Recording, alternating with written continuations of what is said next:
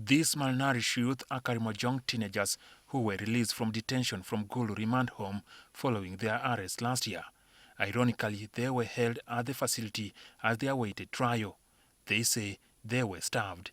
It's very forage is not clear. It's like water, and food is very little at lunch. Even supper is very little. It is believed that these juveniles experienced acute starvation that led to the death of one of them, a 17-year-old Loimat Lokomolo. We was 21 children.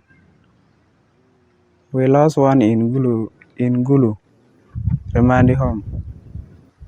The life was not clear because the hunger.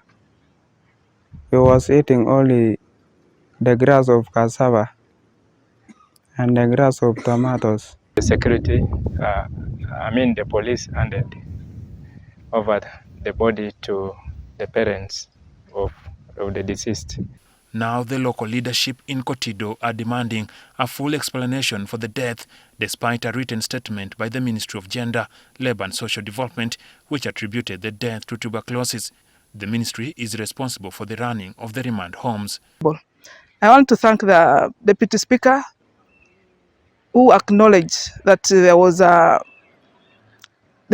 torture in the cells in Gulu, and this has been taken up by Parliament. But we also want a committee to be set up so that they investigate what really went wrong.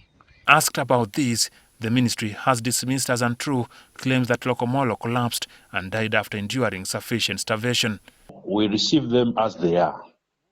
And indeed, this set of children who were brought to the Gulu remand home sometime at the end of last year were in very bad health. They were checked, and many of them were found to have malaria, others were malnourished. One particular one, Lokomolo, Loimat, was found to have a failure of the bone marrow. He had malaria. The explanation then raises questions as to why the juveniles are in this shape.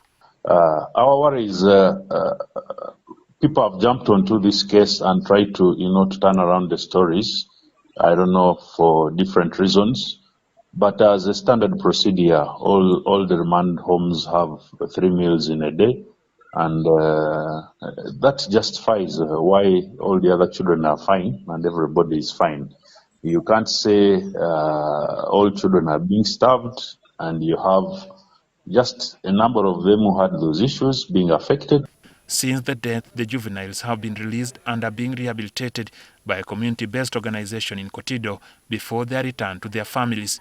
They were initially picked during a cordon and search operation mounted by the security agencies in Karamoja to curb violent cattle rustling.